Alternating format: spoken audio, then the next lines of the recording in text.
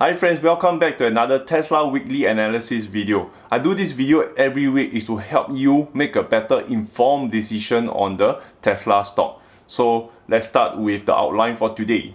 I'll be doing the charts as usual first, and I'll cover the news for this week on Tesla, upcoming events, and I'll conclude this episode. I usually try to finish up in 5 minutes to give you a quick summary so it doesn't waste a lot of time. Okay, so this is the Tesla chart. This is the chart that we see every week. Every drawing here I have not erased away, so you actually can help refer back to all the things I've been drawing. But to keep you up to speed, so what happened was that I was saying that you see these two red lines over here. What happened was that the stock was squeezing in. I call this a wedge, where the price was squeezing in. It was waiting for a big push. I didn't know it was up or down, but I had a hunch it was going upwards. So this was where I draw the green box. So after the push, you realize that last week I drew this thing called a flag pattern. So if you refer to my last week's video, I explained what a flag pattern was. So this week, what happened was that the stock hit the flag pattern, and as I predicted, the thing shot upwards. For now, the stock is up here, and it has pushed past my green box. So I'm going to adjust my green box for the forecast of Tesla stock. So probably I foresee the stock moving in probably a range over here.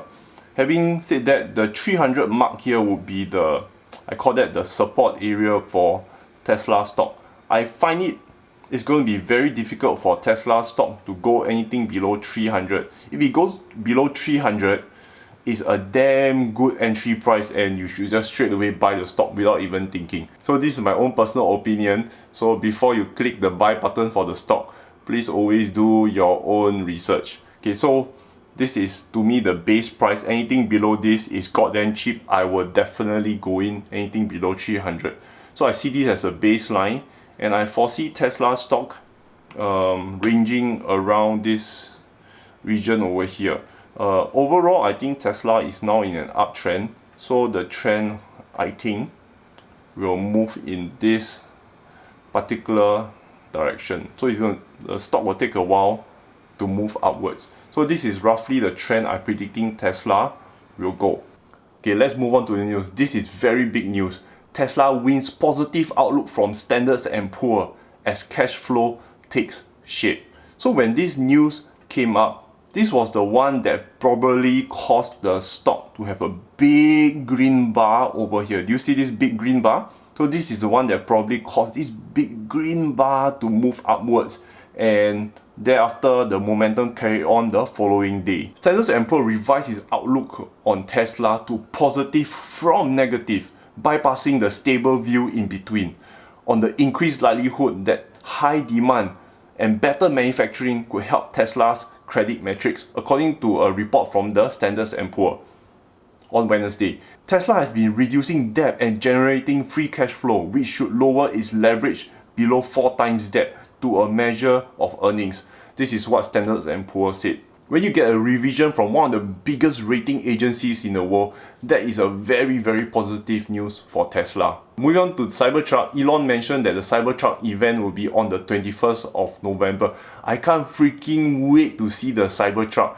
Why am I so excited for the Cybertruck? It's because Elon said that it will be the best thing that ever came out of Tesla in his own point of view. And to me, I'm really excited. Imagine a truck that looks like an armored personal carrier, and at the back of it, right, because let's say you're looking at traditional trucks, when people use these trucks for work, what happens is that, let's say they are in construction, they need to carry a generator with them because construction sites may not have power, and they have the generator to power their tools. This Cybertruck, one of the features is that it will have a power outlet, because the electric vehicle has tons of electricity energy stored inside them. So all you need to do is have an outlet for these workers. So these workers do not need to run a generator anymore, just directly plug their power tools to the electric truck, and they can do their work and drive back.